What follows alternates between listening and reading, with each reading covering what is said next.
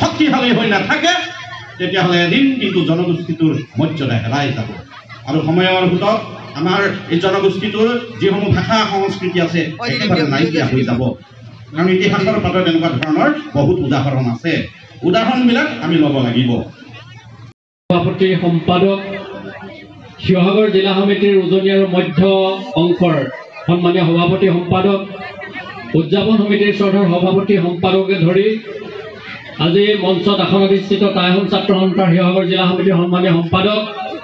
আৰু বিশিষ্ট অতিথিসকল মোৰ অতি সন্মানীয় শ্ৰদ্ধাৰ আমাৰ আদৰ্শ পুৰুষ চিলাৰায় আৰু নৰনাৰায়ণ এই চিলাৰায় দিৱসত আজি উদযাপন কৰা হৈছে সুন্দৰ পুখুৰী মই এটা কথা জনাবলৈ ভাল লাগিছে যেহেতু সুন্দৰ পুখুৰীৰ ওপৰত মই অকণমান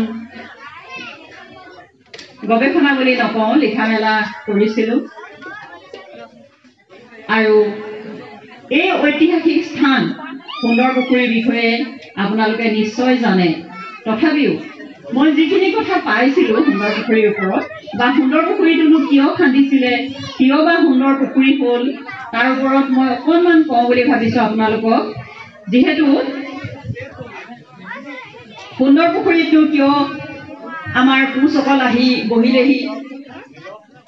বা ভটিয়াপাৰাতনো আমাৰ কিয় কোচসকল আছে ভটিয়াপাৰাৰ কথা মই নাযাওঁ মই এতিয়া যিহেতু সুন্দৰ পুখুৰীত আছোঁ গতিকে সুন্দৰ পুখুৰীৰ বিষয়ে ক'বলৈ বিচাৰিছোঁ এই কথাটো চাবলৈ গ'লে আমি বহুত পিছলৈ গুচি যাব লাগিব যিখিনি সময়ত স্বৰ্গদেউ চক্ৰাংফা বা খুৰা ৰজাই ৰাজত্ব কৰিছিলে তেতিয়া আহোম সাম্ৰাজ্য আছিল এইখন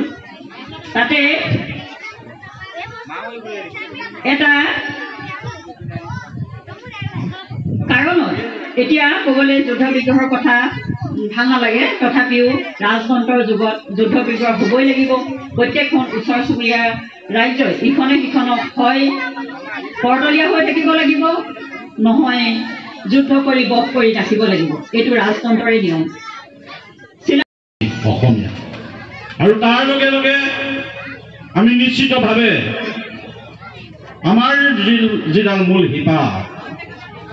মূল শিপাডালক কেতিয়াও কোনো জনগোষ্ঠীয়ে আঁতৰাই ৰাখি নিজৰ চিনাকি দিব নোৱাৰে গতিকে শিপাডালৰ লগত আমি সদায় সম্পৃক্ত হৈ থাকিব লাগিব আৰু মই ব্যক্তিগতভাৱেও এই কোচ ৰাজবংশী জনগোষ্ঠীৰ এজন যুৱক হিচাপে মই গৌৰৱ অনুভৱ কৰোঁ আৰু এইকাৰণে মই গৌৰৱ অনুভৱ কৰোঁ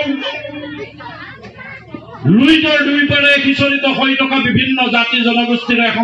সংমিশ্ৰিত অসমীয়া জাতিৰ এটা অন্যতম আৰু শক্তিশালী জনগোষ্ঠী হৈছে কোচ ৰাজবংশী জনগোষ্ঠী